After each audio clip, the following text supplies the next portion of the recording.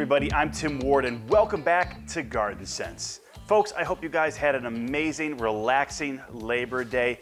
You know, because of Labor Day, it's kind of a short week here for us over at Rosen's Online, so it's gonna be a shorter video today, but we do have some questions that we wanna get to, so why doesn't everybody buckle up and let's jump right in. The first question is from Alan. Tim, I'm getting ready to overseed. However, there's a part of grass that has crabgrass all over. Should I not deal with the crabgrass now, given the aerating and overseeding I'm doing, or take care of the crabgrass? So, if possible, it's always best to take care of the weeds before you overseed and you aerate. Now, what I would actually recommend is trying to kill the weeds now using a product called Bio-Advanced Extreme Crabgrass Killer. Now, we sell other crabgrass killers online. There are a lot of really good products out there. However, the reason that we're recommending this is because you're going to be overseeding.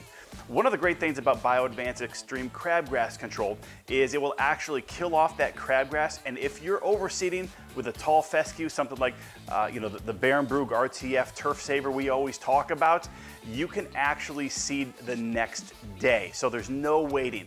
Some of the other products on the market, you have to wait several weeks before you're capable of overseeding. So again, for our money, if you're overseeding with something like a tall fescue, I would definitely put down Bio-Advanced Extreme Crabgrass Killer.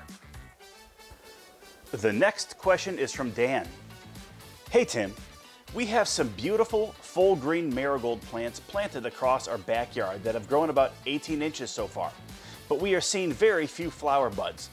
We have similar marigold plants planted in other parts of our yard, but they are flowering as you would expect a marigold to flower this time of year. Can you offer up some advice as to how we can get these plants to flower? We have seen a groundhog back there, so he may be our primary suspect in possibly removing the heads as they pop up. So for marigolds, you absolutely want to use Garden Trust. Garden Trust has a very balanced NPK profile, which is just perfect for blooming flowers, and marigolds are going to love that 15-15-14 NPK ratio. Now, in terms of the groundhog, well, there's a couple things you can do, obviously. You can hire someone locally, or if you have what's called a have-a-heart trap, it's, throw some apples or some fruits or vegetables down in the trap. It'll walk in, get captured.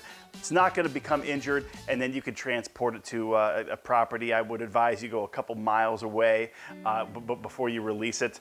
You can also try a product like Repelzol. I've actually done both. I actually had a significant problem with groundhogs underneath my barn, and I trapped a few, and then once I felt I got them all, I've actually put down Repelzol all around the perimeter of my barn. It worked really, really well, and we haven't had an issue with them coming back, or frankly, any other animals, crawling in there. So again, I would definitely use Garden Trust to help those marigolds bloom up. And again, in terms of keeping them away, look, you can hire someone local to try and trap it for you, or you can try give Repelzol. Maybe that'll keep them away from the flowers, and hopefully they won't eat any more buds off your marigolds. The third question is from Paul. Tim, I had a lot of Poa annua this spring. What should I do, and when, to prevent it next spring?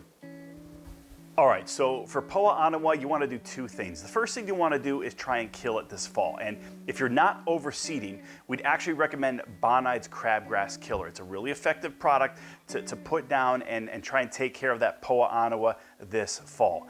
Then what I would recommend you do is in the spring, late March, early April, is put down Dimension. See, what we want to do is get into a cycle where we consistently have Dimension down on your lawn to prevent that Poa annua from germinating all year long. However, Dimension, as great of a product it is, it's only a weed preventer, it's not a weed killer. So that's why we need to mix in this Bonide Crabgrass. So again, use the Bonide Crabgrass Killer this fall to try and kill what you've got. Then you're gonna wanna put down some Dimension in the early spring, and that should really help clear up your Poa annua, hopefully in the spring of 2024 and on. The last question for today was actually sent in and it had no name on it. Tim, quick question. Can I use salt water from a swimming pool to water my lawn? The pool I have is set up and then taken down for the winter. Draining it to the basin seems wasteful. Any thoughts? So unfortunately, you're just gonna have to drain it into your basin because you do not want to water your lawn with salt water.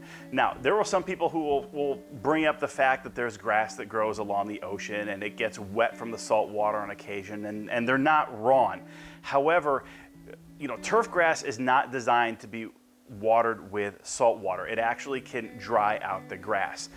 Another thing that's gonna happen is if it doesn't kill the grass, if the grass is able to survive, what's gonna happen is that salt can actually build up in the soil. And again, over time, if it builds up too much, it's actually gonna prevent new grass from growing. So again, it's a bad idea. Don't do it. Drain it down your basin or find another use for it. But unfortunately, salt water does not want to be used for watering your grass. Well, I promised it was going to be a short video, and I think I delivered on my promise. But I do have a couple of final thoughts here, folks. Guys, Labor Day was just a couple of days ago, which means it is now time to put down your third feeding of Turf Trust.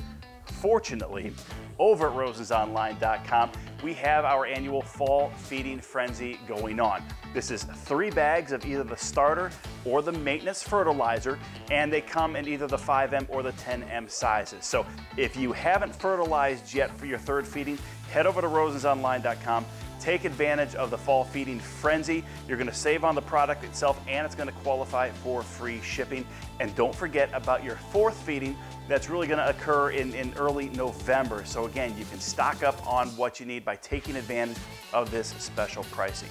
Now, folks, if you are not overseeding, then you also wanna start thinking about putting down dimension and gallery in kind of this late September, early October timeframe. The reason you wanna do that is, one, it'll help kind of keep some crabgrass away, but especially when it comes to gallery, you're also going to be able to prevent some of those winter weeds from coming up. One of the most common ones that we get emailed about a lot is chickweed. You need to get gallery down really by mid-October at the latest to help prevent that chickweed from germinating, and that's typically one of the first weeds that you'll see pop up in the late winter, very early spring. Last thing, folks, again, it's been hot out there. Make sure you're putting down Kickstart. Give it to your grass, give it to your gardens, give it to your trees, to your shrubs, whatever plant you have growing outside, as well as your indoor plants. Kickstart is a great way to keep those roots healthy and really help kind of beat the heat. Folks, thanks so much for spending time today. Again, it was a shorter video given that it was a shorter week, but again, I do hope you guys had an awesome Labor Day weekend. I hope you have a great upcoming rest of the week. God bless.